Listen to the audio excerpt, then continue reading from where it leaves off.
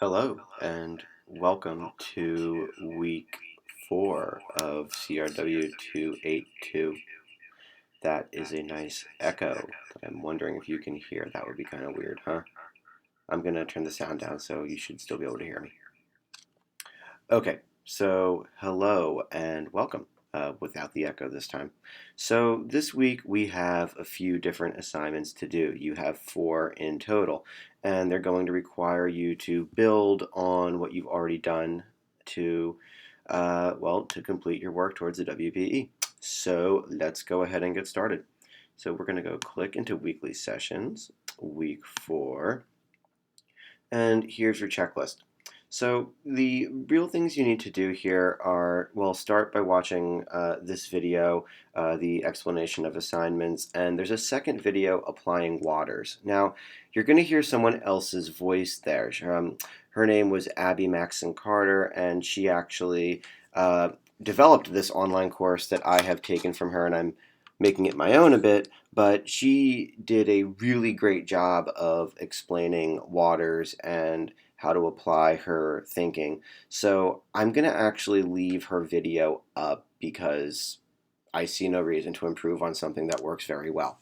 So I'm going to leave that up there. So watch that one after this, and it should walk you through the content of the work a little more closely than I will here. So watch the video lectures first. Once you're done with that, you have the 4 assignments. So the first thing that you're going to see here would be the reading sheet for Lou. So here you see how it works, and you're going to click on the reading sheets template. And it may look different on your computer depending on how yours works, one of the wonderful things about online education. And here you go. So this is a way to structure your kind of intellectual engagement with the reading. So you'll notice, first of all, I'm asking you to give the title and the author. You need to know what you're doing. Summary, 3 to 5 main points. You practiced that in recent weeks. Key terms, big idea from the reading set. This is something that the WPE really values, as you know. So it's going to ask you here to put into writing what these are. So, of course, you should use your own words to do this, although if you want to pull a short quotation, maybe a couple sentences, a couple of words, that would be okay. And here you go, number 4, where you'll do that in the passages. So I have an example further down where you can get an idea for what I'm looking for in the table there. Basically, this is a chance for you to take a passage, like you see here, boredom is the common condition of school teachers, and then to explain your thoughts or questions you have why you chose it. So it's asking you to do the same kind of work intellectually that you've been doing in just a different format. And it's a way that will hopefully be useful for me to read, but also might maybe help you see the process of going from a quotation, here's your citation, to what you think about it, putting it in your own words and pulling out key terms. So you're going to do one of these for both the Lou source and the Laurino source. So the other one looks the same, I promise. You see, it looks the exact same. So that's kind of, those 2 assignments are really the same thing, but with different texts. So that's your first assignment. The second one is a class discussion on Google Docs of each of these articles. And so you're going to click right here. It's going to take you to the Google Docs page. And you're going to annotate just like you've been doing. You guys did a really good job with your annotations on Cami, and most of the annotations I've seen so far in the group Google Docs for week 3 are going well too. So this, for instance, I never asked to be white. You can just add a comment and say, neither did I, but what's at stake here? Another way to say, why does this matter? You'll hit comment and then others can reply. Again, you should be familiar with this from the Waters reading, but we're going to do the same thing here because it's a chance for you to engage these other readings similarly to Waters and to add your own relations to it. I really enjoyed getting to read your responses to Waters and getting to see what it is how you relate to it. What questions are you asking? And if you look at your feedback from your previous assignments, you'll notice I'm pushing you to ask more questions of the reading rather than just pulling out information.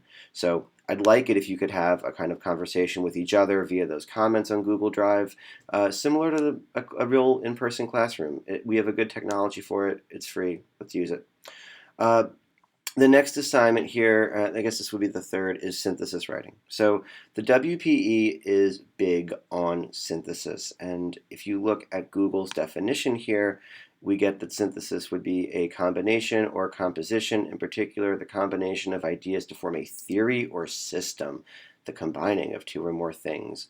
So one of the things you're going to need to do for the WPE, and one of the things that the portfolio evaluation values, is the idea, your ability to take a complex idea such as Waters' notions of oppositional or symbolic identity and apply it to another text, or to take another text and apply it to Waters.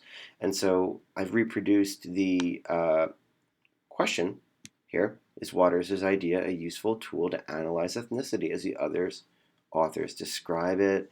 And we have some tips for it. And what I'm really asking you to do here is to focus on synthesis. Now, synthesis doesn't necessarily mean compare and contrast. Certainly, you might point out differences, but what we're trying to do here is to put multiple ways of thinking together to formulate a statement about the group of thinkers. So after we put these together, we might be able to say a statement of, while Lou's perspective fits with Waters, Lorino's is different, or vice versa. We might be able to say all three think similar things, and this is important because. And it's that this is important because moment that's really valuable in synthesis work, because it's what takes it from just observational and summary to producing your own critical thought about the work under consideration. So the personal relationships that I've asked you to make with the text is something that I hope you've taken seriously, because it's a chance for you to begin that kind of synthesis work in a way that should make it somewhat apparent. I know from what I've seen in the Waters reading, a lot of you remarked that you had seen some similar behavior from people to what she describes as some of the more racist actions that young people tend to engage in. So that's your work for week 4. Most of you are doing a great job of getting it all done. Some of you are slacking a little bit. If you have any questions about my feedback for you, don't be afraid to email me. I love hearing from you, and looking forward to week 4. So keep up the good work, everybody. I'm proud of you for pushing through the WPE and everything required of it. Have a good one.